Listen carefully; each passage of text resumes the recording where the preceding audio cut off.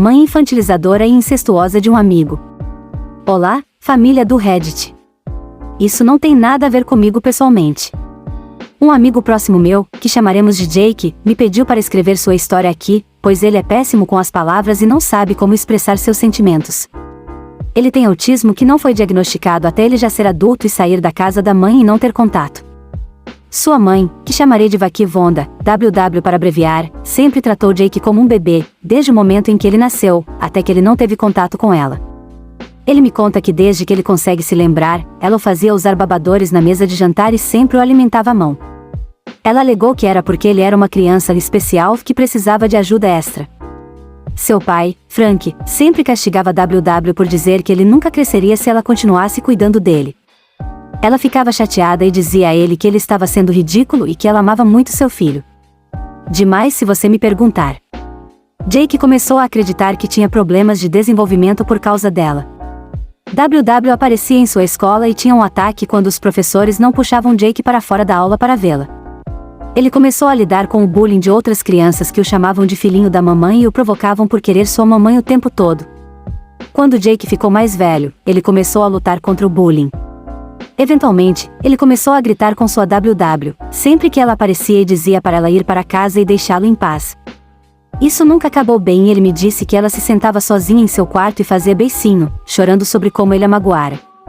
Ele sempre se desculpava e ela olhava para ele e beliscava suas bochechas e dizia que não podia ficar brava com ele porque ele era seu filho e ele era tudo que ela tinha na vida, esquecendo completamente que ela tinha um marido, a propósito. Quando Jake era adolescente, começou a se comportar e se tornar mais independente de WW. Não sei se todo mundo sabe disso, mas nem todos os autistas são construídos da mesma forma. Jake é um cara muito bonito. Ele é um daqueles caras bonitos demais para olhar. Ele começou a se rebelar fazendo com que seu pai o deixasse fazer tatuagens, ele começou a fumar cigarros e maconha e começou a sair com o pessoal gótico mórbido do colégio. Ele ouvia heavy metal e usava uma jaqueta de couro, delineador e esmalte preto.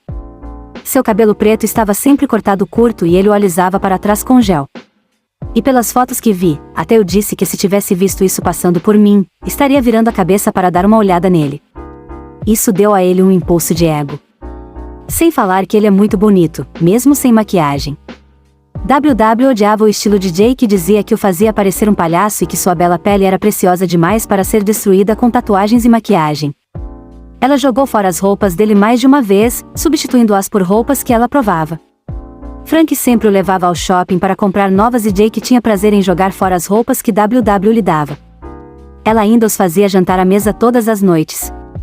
Ela era uma daquelas mulheres que era muito tradicional no jantar em família.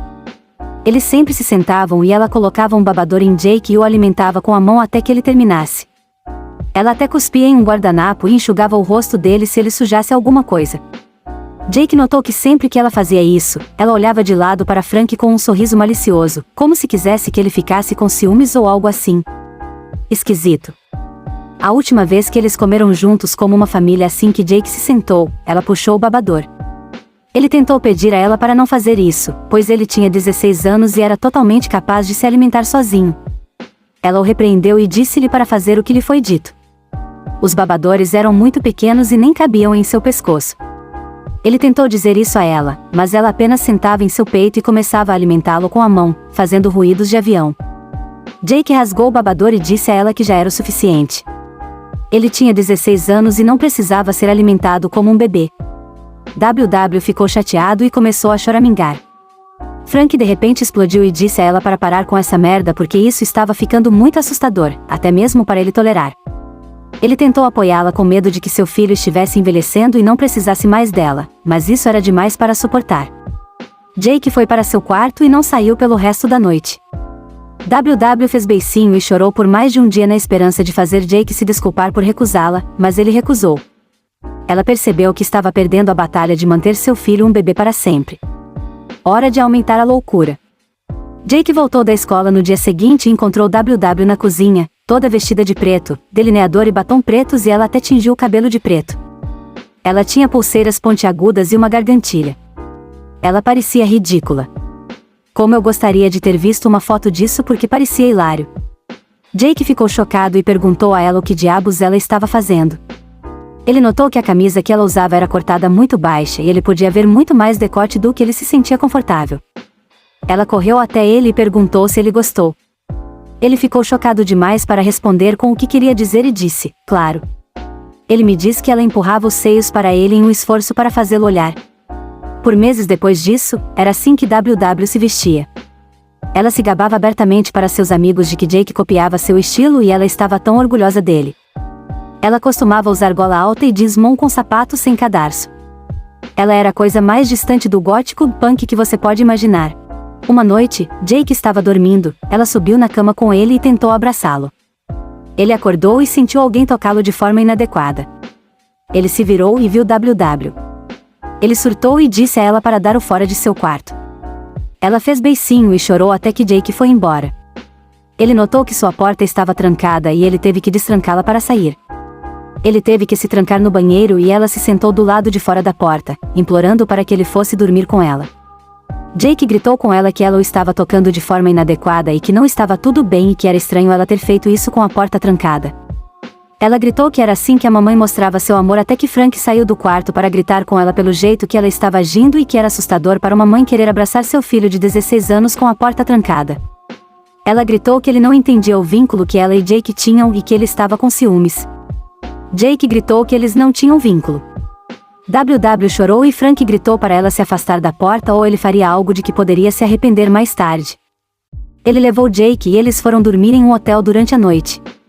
Jake contou ao pai tudo o que aconteceu. Frank finalmente teve o suficiente. Ele não suportava mais o comportamento estranho e assustador de WW. Ele pediu o divórcio e obteve a custódia de Jake e WW recebeu direitos de visita. WW foi obrigada a frequentar aulas para pais e terapia e ela realmente foi, sob a ameaça de perder todos e quaisquer direitos sobre o filho, é claro, mas ela se recusou veementemente a acreditar que já havia feito algo errado. Jake temia visitas, mas como ainda era menor de idade, não tinha escolha. Ele iria e se certificaria de trancar a porta para impedi-la de entrar. Ela deu espaço a ele quando ele estava na casa dela, por um tempo. Quando Jake tinha 17 anos, seu pai pagou para ele se matricular no curso de direção e comprou um carro para ele. Isso foi como um peido na igreja porque WW ficou chateada quando Jake parou na casa dela em um carro novinho em folha. Ela perdeu o controle e ligou para Frank para gritar com ele sobre como ela estava colocando seu filho em perigo. Ele desligou na cara dela. As coisas pioraram quando Jake começou a sair com uma garota na escola. Ela era uma linda garota loira que se vestia de maneira semelhante a Jake. Quando WW descobriu, ela ficou louca. Jake estava em seu quarto dormindo e WW arrombou a fechadura. Foi um daqueles bloqueios que um grampo de cabelo pode facilmente abrir. O que Jake me disse em seguida fez meu coração cair. Ela se despiu e subiu na cama com ele e começou a segurá-lo. Ele acordou e se assustou. Ele fugiu de casa e voltou para a casa de seu pai em lágrimas e eles chamaram a polícia. WW foi presa e encarcerada por 11 anos. Jake ficou gravemente deprimido e tentou se matar mais de uma vez. Seu pai o colocou em terapia e ele melhorou com o tempo, mas ainda luta contra tudo que sua mãe fez com ele. Jake foi formalmente diagnosticado com autismo e está tomando medicamentos que o mantêm funcional. Ele é um dos bartenders do meu clube e somos amigos muito próximos. Ele é o melhor amigo do meu namorado, Kylie. Jake tem uma namorada que é uma das mulheres mais doces que já conheci. Jake e eu temos uma conexão porque ambos sofremos de agressão sexual de parentes e ambos somos mais fortes por termos passado por isso. Desculpe, isso foi tão longo, mas ele queria que sua história fosse compartilhada com todos. Edith, eu esqueci essa parte, mas depois que Jake fugiu da casa de WW, ela se escondeu por quase uma semana. Ela tentou se esconder na casa de sua irmã, mas a expulsou assim que a notícia se espalhou sobre o que aconteceu. Ela foi encontrada na igreja local e presa lá.